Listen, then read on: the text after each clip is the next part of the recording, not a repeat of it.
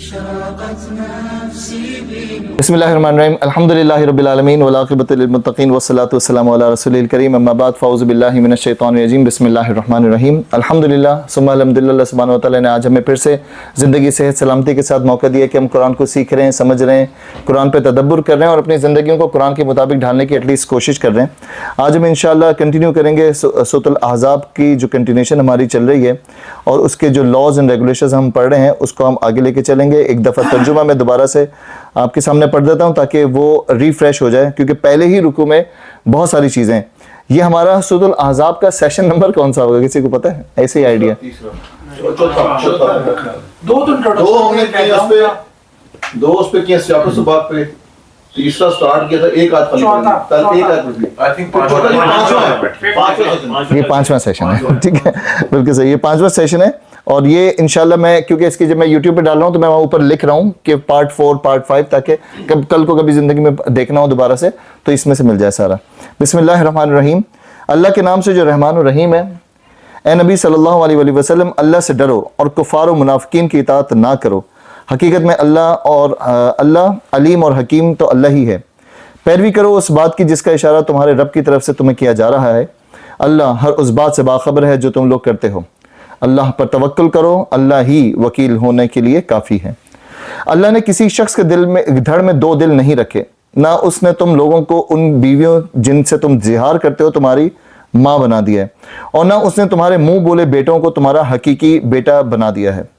یہ تو وہ باتیں ہیں جو تم لوگ اپنے منہ سے نکال دیتے ہو، مگر اللہ وہ بات کہتا ہے جو مبنی پر حقیقت ہے، بر حقیقت ہے، اور وہی ہے صحیح طریقے کی طرف رہنمائی کرتا ہے۔